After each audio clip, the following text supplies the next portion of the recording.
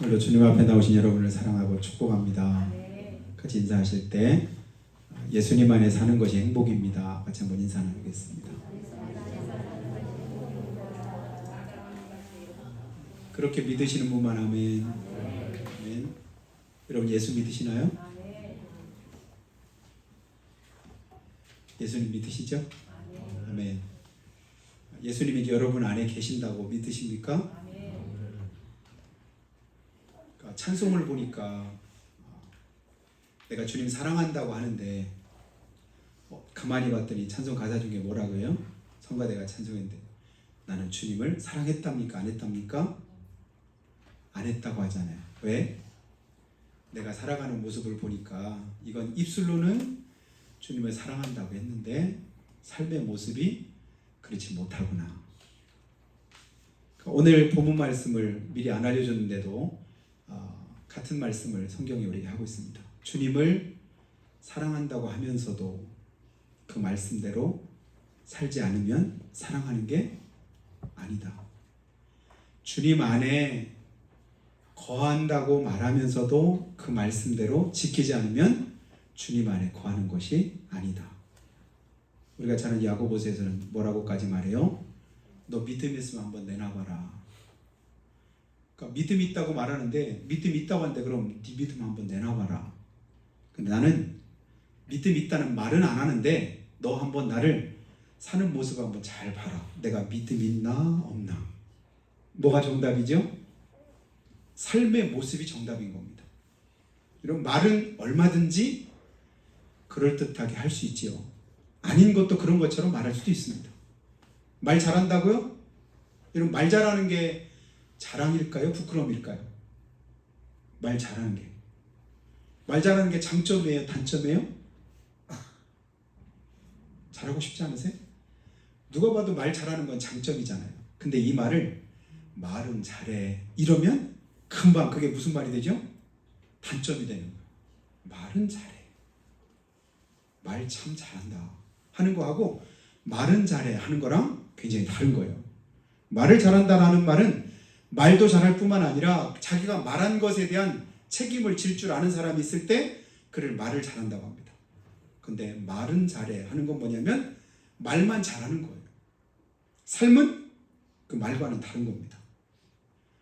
여러분 신앙생활 우리가 할 때 교회 안에서의 내 모습하고 가정에서의 모습하고 또 직장생활하는 모습하고 또 여러 다른 사람들과 함께 이렇게 어울려서 살아가는 그 삶의 자리에 내 모습하고 비슷합니까? 아니면 많이 다릅니까? 교회 올 때 내 모습, 집에 갔을 때 내 모습, 그리고 일할 때 내 모습, 다른 사람들과 함께 할 때 내 모습 비슷해요? 아니면 많이 달라요? 오래전에 이런 광고가 TV에 나온 적이 있었습니다. 사원 김하영은 상냥하지만 딸 김하영은 그 다음에 답을 안 해놨습니다. 꽃집 주인 이호진은 친절하지만 엄마 이호진은 그 다음에 친구 김범진은 쾌활하지만 아들 김범진은 그 다음에 부장 김기준은 자상하지만 남편 김기준은 뒷부분이 어떤 거예요? 앞에 있는 그런 부분하고 밖에서 생활하는 그 부분하고 가족들과의 관계나 또 다른 일상적인 삶의 모습이 굉장히 크게 다른 거예요. 이때는 이 모습이었는데 나중에 봤더니 전혀 다른 그의 모습이 드러난다고 할 때 그것이 좋은 모습으로 드러나면 문제가 없는데 그렇지 않고 거꾸로 드러나면 그것은 조금 혼란스럽지 않을까요? 내 믿음 있는 삶이 하나님 앞에 예배할 때 내 모습하고 그리고 성경에 보니까 자주 하나님의 책망을 듣는 모습이 뭐냐면 하나님 앞에 번제하면서 예물을 드리면서 하나님 앞에 제사하면서 하나님 앞에 기도하면서 하나님을 예배하면서 그건 잘하는 것이죠. 하나님 당연히 그렇게 하라고 말씀했습니다. 그러면서 세상에 나가서는 거짓을 말하고 포악을 행하고 죄된 삶을 살고 하나님과는 상관없는 전혀 무지한 사람들 또 불신앙의 사람들과 다를 바 없는 그런 삶을 똑같이 행하는 거예요. 우상을 섬기는 것과 다름이 없고 소의 목을 꺾는 것과 다름이 없고 죄 가운데 거하는 어떤 삶과 전혀 다름이 없는데 이상하게 하나님 앞에 올 때만 그 모습 보면 하나님의 자녀 같은데, 택한 백성 같은데, 근데 삶은 전혀 그렇지 않다라고 할 때 하나님은 절대 인정 안 하시더라고요. 오늘 우리의 삶이 하나님 보시기에 여기서의 삶이나 또 다른 곳에서 삶이 크게 다를 바 없는 그런 삶의 모습을 가지게 되기를 주님으로 축복합니다. 하나님의 말씀은 어느 때 완성될까요? 내가 그 말씀대로 행할 때 비로소 완성이 됩니다. 하나님의 약속은 내게 어느 때 영향을 미칠 수 있을까요? 그 말씀대로 살아갈 때 내가 산 만큼 하나님의 말씀이 그대로 내 속에서 이루어집니다. 아무리 축복된 말씀 많이 듣고 달콤한 말씀 많이 듣고 가슴을 부여잡고 은혜가 될 만한 그런 말씀들 앞에 아멘을 크게 외쳤다 할지라도 그 삶대로 살지 못하면 아무런 소용이 없는 거예요. 그러니까 세리와 죄인들은 주님 앞에 나올 때 기도하되 너 유창하게 기도 잘해야 된다. 문법에 딱 맞는 그런 말로 하나님 앞에 알아야 된다. 뭐 이렇게 말하지 않았어요. 그들은 그냥 입술만 달막거리고 무슨 말 하는지도 모를 정도로 그냥 입을 벌리긴 하는데 아무런 소리도 나오지 않고 입만 그냥 뻐끔뻐끔 금붕어가 그냥 물을 삼켰다 뱉었다 하듯이 그냥 입만 뻥긋거리는 그 모습. 그런데 하나님이 그 기도를 들으시더라고요. 그 기도를 기뻐하시더라고요.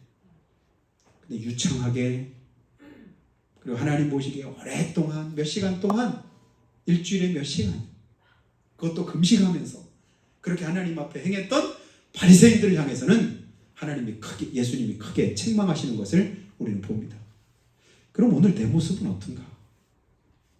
여러분 주님 앞에 서게 될 그때 내 모습이 오늘 새롭게 교정되지 않으면 그날에 크게 우리가 후회스럽고 또 그날에 크게 부끄러울 수 있습니다.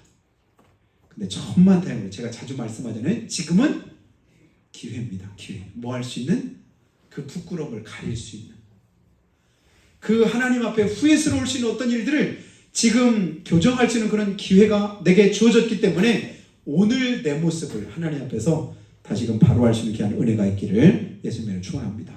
말로만 하는 신앙, 입으로만 하는 그런 신앙생활을 하나님은 기뻐하지 않으시고 인정하지도 않으신다라고 할 때 그러면 내 신앙이 어때야 될까? 여러분 세월이 흐르게 되면 누구나 다 나이도 먹고 연륜도 쌓이고 그러잖아요. 세월이 흐르고 나이를 많이 먹으면 어른이 될까요? 아이고 저 양반 왜 그런데 애들 같아 애들 이런 소리 가끔 여러분 하거나 들어본 적 있으시죠? 아이고 저분 나이가 많은데 아이고 어린애 같아 어린애 삐치는 것도 보니까 그렇고 말하는 것도 보니까 그렇고 골래는 것도 보니까 어린애 같아. 아이고, 어떻게 그냥 마음이 그냥 좁쌀만 해가지고 밴댕이 소갈딱지 같아가지고 그 정도도 그냥 못 넘겨. 그것 때문에 그냥 애들처럼 막 그러고 이런 이제 경험들을 우리가 하게 되는데 그건 왜 그럴까요? 나이만 먹었다고 성숙한 게 아니기 때문에 그렇습니다. 그걸 요즘엔 심리학에서는 성인 아이라고 하는 그런 말로 이렇게 이제 새로운 신조어를 만들어서 표현을 하기도 하는데요. 나이로는 어른인데 근데 그 삶의 모습, 정서라든가 또 살아가는 그 삶의 모습은 아이와 다를 바 없는. 그러니까 이제 겉보기에만 성인인 거예요.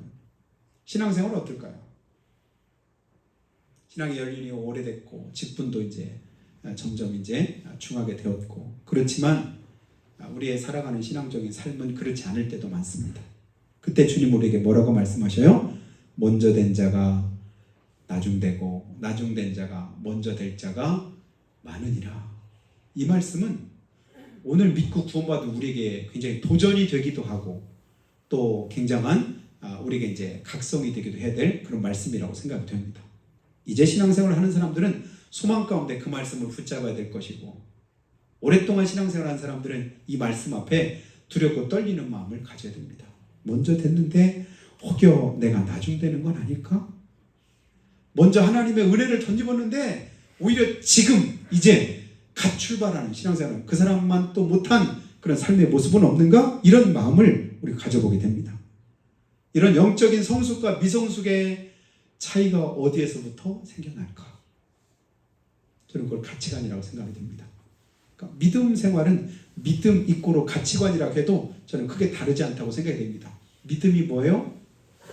내 삶의 가치를 하나님께 두고 그리고 성경에 두고 살아가는 삶이 그게 믿음이라고 말할 수 있지 않을까요? 그래서 천국은 밭에 감추인 보화를 발견한 어떤 사람과 같다. 그 밭에 감춘 보화가 뭘까요? 그게 믿음이죠. 내가 주님 앞에서 믿음으로 행하면 그 믿음이 하나님 앞에서 진짜 귀하고 값지게 내게로 그대로 이루어질 것이다. 또 하나님이 약속하신 그 말씀이 이 믿음을 통해서 내게 성취될 때 나는 복 있는 자가 될 수 있다. 그러니 내 삶의 가치관을 이제는 거기에 두고 살아가는 거예요. 그래서 우리는 예수를 믿고 하나님 앞에 나왔고 예배를 드리는데 오늘 말씀을 보니까 4절에서 뭐라고 말씀을 하나 한번 보시죠. 3절부터 한번 다시 보겠습니다. 우리가 그의 계명을 지키면 이로써 우리가 그를 아는 줄로 알 것이요. 뒤집어서 한번 얘기해보죠. 우리가 그를 아는 줄로 뭘로 안다고요? 그의 계명을 지키는 것으로. 하나님의 말씀대로 사는구나. 그 말씀대로 지키려고 하는구나. 봤더니 그는 하나님을 아는 사람이구나. 그리고 4절에는 뭐라고 말하죠? 그를 아노라. 그를 아노라. 누굴 알아요? 내가 주님을 압니다. 하나님을 압니다. 아시는 분만 하면 아멘. 내가 주님을 알고 하나님을 아는데 말씀과는 전혀 상관없이 살아간다. 아는 자가 아니죠. 앞뒤가 안 맞잖아요. 말씀대로 살면 내가 하나님이 누구신가를 알면 그 말씀대로 살아야 정상인데 안다고 하면서도 그 말씀을 지키지 않아요. 그거에 대해서 하나님 분명히 말씀하죠. 거짓말하지 말랍니다. 거짓말하는 자요. 진리가 그 속에 있지 않다. 주님 안다? 당연히 알면 그대로 살게 돼 있습니다. 여러분 신앙생활은요. 삶의 모습을 보면 부인할 수가 없는 거예요. 숨길 수가 없는 거예요. 그냥 다 보이잖아요. 사람이 봐도 웬만큼 보이는데 우리의 마음과 심령과 폐부를 시험하시고 감찰하시고 아시는 우리 주님이 보실 때는 드러나지 않을 부분이 모르실 리가 없잖아요. 근데 우리는 손바닥으로 하늘을 이렇게 가리고 나서는 하늘을 가렸다고 생각을 합니다. 우리 주님은 우리의 마음 중심을 다 아신다. 그러니 우리 신앙생활은 전적으로 견눈질할 필요도 없고 다른 사람 신경 쓸 이유도 사실은 없는 것이지요. 누구만 신경 쓸까요? 나를 보신 우리 주님만 신경 쓰기를 예수님이 축원합니다. 주님이 보실 때 내 마음이 어떤가? 주님이 보실 때 내 삶이 어떤가? 주님께서 보실 때 내가 살아가는 모습이 주님 앞에서 어떨 것인가를 생각하며 살아가는 삶. 그것을 주님께서는 원하십니다. 그래서 주님을 안다 하는 말은 안 해도 그 말씀을 지키는 자. 5절에 보니까 뭐라고 해요? 하나님의 사랑이 참으로 그 속에서 온전하게 되었느니라. 누구든지 그 말씀을 지키는 자는 하나님의 사랑이 그 속에서 온전케 되었느니라. 서로 사랑하라고 여러 번 주님이 말씀하시고 주님이 우리를 사랑하신다고 말씀하시며 그리고 부활하신 우리 주님께서 나중에도 세 계명을 준다고 하시면서도 요한복음 13장 뭐라고 말씀해요? 세 계명을 너에게 주노니 서로 사랑하라. 사랑하라. 내가 너희를 사랑한 것처럼 너희도 서로 사랑해라. 누구에게 주는 말씀일까요? 자녀된 우리에게 주시는 말씀. 내가 너 사랑한 것처럼 너도 서로 사랑해. 근데 내 안에 그런 사랑이 있나요? 사랑보다 오히려 미움이 더 많고 미운 사람이 더 많고 사랑하고 싶은 진짜 사랑스러워서 어떻게 할 줄을 몰라는 그런 것보다도 미워 죽겠는 사람들이 많고 내가 진짜 주님 안에 있는 사람인가? 내가 예수 믿는 사람일까? 주님의 사랑이 내 안에 거하시는가? 라고 질문할 때 성경은 밝히 말씀하잖아요. 너 거짓말하면 안 돼. 네 안에 주님 안 계시잖아. 너 주님 안에서 사는 거 아니잖아. 네 마음대로 살잖아. 예수 믿는다고 말은 하는데 뭐라고 해요? 내 마음대로 사는 거야. 믿지 않는 사람과 다를 바가 없는 거야. 예수님 없어도 얼마든지 행할 수 있는 그 일을 내가 행하고 있는 거예요. 근데 주님이 내 안에 계신지 그리스도의 영이 너 안에 있는지 너희 자신을 시험하고 너희 자신을 확증해라. 그리스도의 영이 너희 안에 계시지 않으면 너희는 버린 자다라고 성경은 분명히 말씀했는데 주님의 영이 계시면 당연히 죽었다 깨어나도 그 짓 못해. 근데 주님이 내 안에 계시면 그 일은 안 하고는 못 베기는 거예요. 하게 되는 거예요. 사도 바울이 그런 고백을 했고 선지자들이 그런 고백을 했습니다. 하나님의 말씀을 증거할 때마다, 전할 때마다 그것이 말씀을 하나님이 전하라고 해서 전했으니까 너 참 잘했다. 보상도 따르고 은혜도 따르고 축복도 있으면 참 좋을 텐데 말씀 전하다가 매만 얻어맞는 거예요. 손가락질만 당하고 욕만 먹는 거예요. 그리고 감옥에 갇히는 거예요. 죽을 고비만 여러 번 넘긴 거예요. 누구 얘기죠? 예레미야 얘기입니다. 하나님, 나 다시는 이 말씀으로 전하지 않겠습니다. 왜냐하면 전할 때마다 듣는 일은 없고 다들 그렇게 그 말로 하지 말라고 그렇게 아우성 치는데 듣는 사람만 하나도 없고 이 말을 내가 어느 때까지 계속해야 될까요? 회의적인 생각이 드는 거예요. 근데 그렇게 전하지 않기로 내 마음에 작정하고 나면 내 속에서 뭐예요? 내 심령이 불붙는 것 같은 거예요. 왜 그럴까요? 내 안에 주님이 계시다는 증거입니다. 내가 다시는 진짜 자존심 상해서 다시는 내가 기분이 나빠서라도 다시는 내가 이거 하기 싫어서 절대로 이제 나는 이렇게 안 할 거야. 나 뭐 직분도 안 맞고 뭐 여러 가지 이제 주는 그런 어떤 일도 하지도 않고 하겠다고 막 이렇게 작정을 하고 있는데 그런데 내 마음 속에서 어떻게 하셔요? 성령께서 불붙는 마음을 주시는 거예요. 누가 주는 게 아니야. 하나님의 영이 내 안에 계시니까 하나님 우리를 그렇게 만들어 주시는 거예요. 그래서 또 전하는 거예요. 그래서 또 순종하는 거예요. 그래서 또 믿음으로 살아가는 거예요. 이게 믿음의 삶이죠. 주님의 영이 내 안에 계시면 나를 바꾸어 가십니다. 변화시켜 가십니다.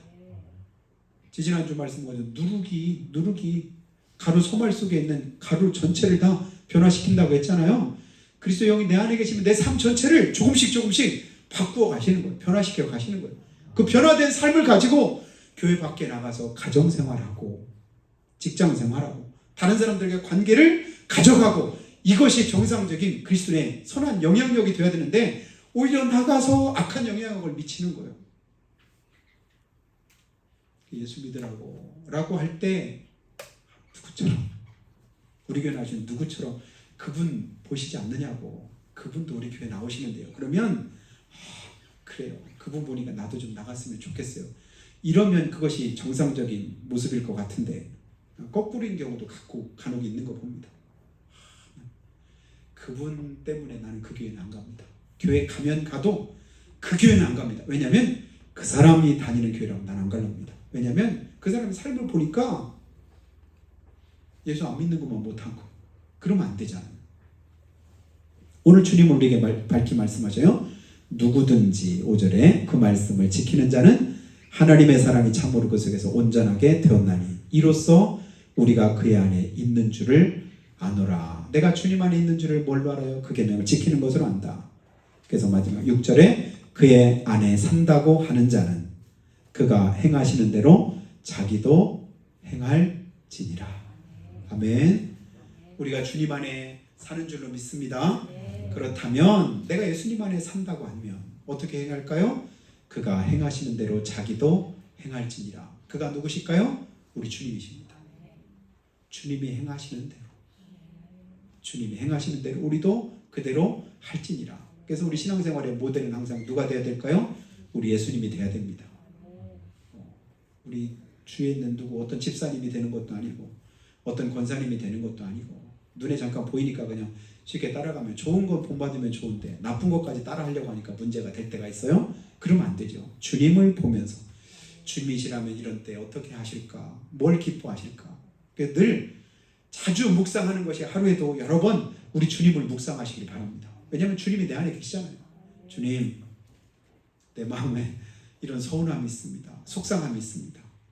그리고 굉장히 원망도 있고 불평도 있습니다. 미워하는 마음도 있습니다. 이럴 땐 어떻게 할까요? 그건 주님이 알려주시죠. 내 마음을 어루만져 주시죠. 변화시켜 주십니다. 바꿔주셔요. 그 문제를 가지고 주님 앞에 기도하면 우리가 마땅히 빌 바를 알지 못할 때 누가요? 성령께서 우리 기도를 바꿔주십니다. 처음에는 이 마음 가지고 내 생각대로 기도했는데 나중에는 그 기도가 아니라 하나님이 원하시는 기도를 하게 만들어 주셔요. 신앙생활은 전적으로 사실은 내가 하는 게 아닙니다. 내 안에 계신 성령께서 나를 하게 만드시는데 근데 그렇게 되지 않는 이유가 뭘까요? 그 성령의 인도하심을 내가 받으려고 안 하니까. 거기에 순종하지 않으니까. 계속해서 마음으로, 생각으로, 양심으로 깨닫게 하시고 알게 하시는데 그때뿐인 거예요. 그대로 살지를 못해요. 그러다 보니까 변화도 없는 걸 봅니다. 주님은 호세아 선지자를 통해서도 6장 1절에 이렇게 말씀합니다. 오라 우리가 여호와께로 돌아가자. 여호와께서 우리를 찢으셨으나 도로 낫게 하실 것이요 우리를 치셨으나 싸매어 주실 것이라. 지금까지 내가 어떤 모습이었는지 그것이 중요한 게 아니라 지금 내가 할 일은 뭐냐면 주님께로 돌아오라 합니다. 매주마다 새롭게 하나님의 말씀을 듣는 이유가 뭘까요? 그때 다시금 회복하라는 거지요. 새롭게 시작하라는 것입니다. 다시금 내 신앙생활을 교정해서 바른 길로 가라고 그때 다시금 하나님이 기회 주시잖아요. 주님께로 와라. 상처 났어도 찢어졌어도 하나님이 싸매주시고 그리고 꿰매주시고 고쳐주실 테니까 주님께로 나오기만 하랍니다. 그리고 나서는 우리가 여호와를 알자. 힘써 여호와를 알자. 힘써 하나님을 알자. 어떻게 할까요? 하나님의 뜻이 어디 있는가, 하나님 기뻐하시는 바가 무엇인가를 여러분 알아서 그대로 행하기에 힘쓰는 저 여러분이 되면 신앙생활 잘 하지 말라고 해도 안 할 수가 없죠. 잘하게 돼 있습니다. 그래서 믿음생활 우리가 잘 하려고 하다 보면 하나님의 뜻이 자꾸만 내 마음속에 생각이 되고 또 그 뜻대로 우리가 살려고 하는 우리 삶의 모습이 자꾸 나타나는 것을 보게 됩니다. 그럼 어떻게 신앙생활 할까? 이런 본문에는 안 나왔지만 우리가 잘 아는 대로 15절부터 16절 말씀 보면요, 뭐라고 말씀하냐면 이 세상이나 세상에 있는 것들을 사랑하지 말아라. 우리가 왜 주님의 사랑 안에 거하지 못할까? 그 거하지 못하는 이유를 15절에 이렇게 말합니다. 이 세상이나 세상에 있는 걸 사랑하지 말아라. 누구든지 세상을 사랑하면 아버지의 사랑이 그 안에 있지 않으니라. 주님의 사랑이 내 안에 거하지 못하는 이유 뭘까요? 그 사랑이 거할 자리에 세상 것으로 꽉 차 있기 때문에 그렇습니다. 세상 것은 뭘까요? 불신앙적인 요소가 우리 안에 있다는 거예요. 그리고 나서 그것이 뭐냐인가를 설명을 하죠. 이는 세상에 있는 모든 것이 육신의 정욕과 안목의 정욕과 이생의 자랑이니 다 아버지께로부터 온 것이 아니요 세상으로부터 온 것이다. 아버지가 주신, 하나님이 주신 그것으로 채우지 않고 세상 것으로 채워놓고 나서는 신앙생활을 잘할 수가 없는 겁니다. 그 안에는 주님이 함께하지 않는다는 거예요. 감각적이고 순간적이고 충동적인 삶의 기초에서 우리가 살아가게 있다는 말씀이지요. 그러나 주님 뭐라고 하십니까? 16절 말씀 보면 이 세상에 있는 모든 것이 육신의 정욕, 안목의 정욕, 이생의 자랑이니 다 아버지께로 온 것 아니다. 세상으로부터 온 것이다. 17절 한 번만 더 봅니다. 이 세상도 그 정욕도 지나가되 오직 하나님의 뜻을 행하는 자는 영원히 뭐한대요? 거하느니라. 영원히 거하느니라. 이 세상도 그 정욕도 내가 바라는 그 어느 것도 잠깐 동안 있다 없어질 것이라고 한다면 별 가치가 없는 거 아니겠어요? 근데 그것이 영원하다. 영원히 남아있는 것에 대한 가치를 가지고 하나님 우리에게 말씀합니다. 그 영원을 바라고 영원을 사모하면서 살아가는 삶을 하나님 우리에게 주시기 위해서 아들이신 예수님 이 땅에 보내셨습니다. 그 아들 예수님이 우리 안에 거하시기 전에 우리 삶은 어땠어요? 감각적이고 충동적이고 그리고 내 마음에 원하는 것을 쫓아서 행했는데 그것이 나중에 봤더니 본질상 진노의 자녀되는 그런 삶의 모습이더라. 주님 오늘도 주님 안에 거하기 원하시고 그 안에 거하면서 그 말씀을 지켜 행하기를 원하십니다. 이제부터는 우리 신앙생활을 뭘로 증명할까요? 말로 하는 게 아니에요. 내가 그래도 이래봬도 내가 권사야, 내가 장로야, 내가 그래도 30년 동안 40년 동안 신앙생활을 했어. 나 모태 신앙이야. 이런 말들은 전혀 우리에게 의로움이 되지 못합니다. 오히려 부끄러울 수 있어요. 그런데 삶이 고작 그거냐? 라고 질문한다면 내가 무슨 말 할까요? 저는 어디 가서 내가 목사라는 모습이 들킬까봐 사실은 그게 걱정이 돼요. 왜냐하면 뭐든지 다 기준이 있잖아요. 처음 신앙생활하는 사람의 그 기준하고 목회자 정도 됐는데, 목사 정도 됐는데, 그래도 장로님 정도 됐는데 그럼 기준이 굉장히 다르지 않겠어요? 근데 그 기준을 가지고 보는데 그 기준에서 조금이라도 실수하거나 뭐 잘못하면 그게 하나님의 영광을 가리잖아요. 그래서 조심스럽고 또 그것이 싫어가지고 가능하면 신부를 잘 전도하기 전에는 잘 드러내지 않으려고 하는데 들킬 때가 한 70-80% 거의 들킵니다. 몇 마디 나누다 보면 금방 또 물어보면 또 거짓말이 또 아니라고 할 수도 없고 해서 그렇다고 하면 그 다음부터는 조심스러운 거예요.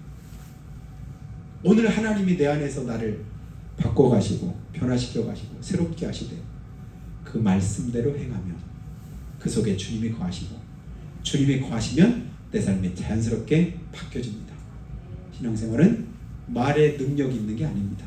뭐에 있다고요? 내 삶의 행동을 통해 드러나는 그것이 능력이라고 성경은 우리에게 말씀해주고 있습니다.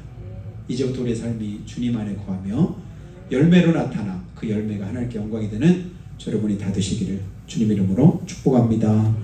그래서 한번 기도하실 때 하나님, 우리가 죄악에 빠지지 않기를 원합니다. 하나님의 말씀하신 바를 그대로 행하고 지켜 하나님 보시기에 합당히 여김받는 우리의 삶이 되기 원합니다. 하나님의 뜻을 따라 갈 바를 알지 못하고 본토 친척 아비집을 떠났던 믿음의 조상 아브라함을 기억합니다. 하나님의 뜻을 이루기 위해서 자신의 생명을 조금도 귀한 것으로 여기지 않고 충성을 다했던 바울 사도의 그 삶을 기억합니다. 애굽의 모든 부하보다도 하나님의 백성과 함께 고난받는 길을 택하여 출애굽의 대사명을 완수했던 모세를 기억합니다. 그들의 흔적은 성경으로 역사로 그리고 전해지는 말로 복음이 전파되는 어느 곳에서나 뚜렷하게 기억되고 있는 거 봅니다. 그러나 우리가 안타깝게 기억하는 하나님의 말씀 디모데후서 4장 10절 보니까요, 데마는 이 세상을 사랑하여 나를 버리고 데살로니가로 갔고 그리스게는 갈라디아로 디도는 달마디아로 갔고 누가만 나와 함께 있다고 안타까워하는 바울사도의 고백을 우리가 봅니다. 오늘 나는 어디에 있습니까? 주님은 내 삶의 어느 자리에 계십니까? 그리고 내 삶을 통해서 드러나는 믿음의 모습은 어떻습니까? 이 시간 주님 앞에서 내가 주님 안에 거하고 그 말씀이 우리 안에 거하셔서 나를 통해서 이루어지는 하나님의 역사가 하나님께는 영광이 되고 많은 사람 앞에 은혜가 되도록 축복하시라고 잠깐 기도하겠습니다. 거룩하신 아버지 하나님, 믿음의 삶을 우리에게 허락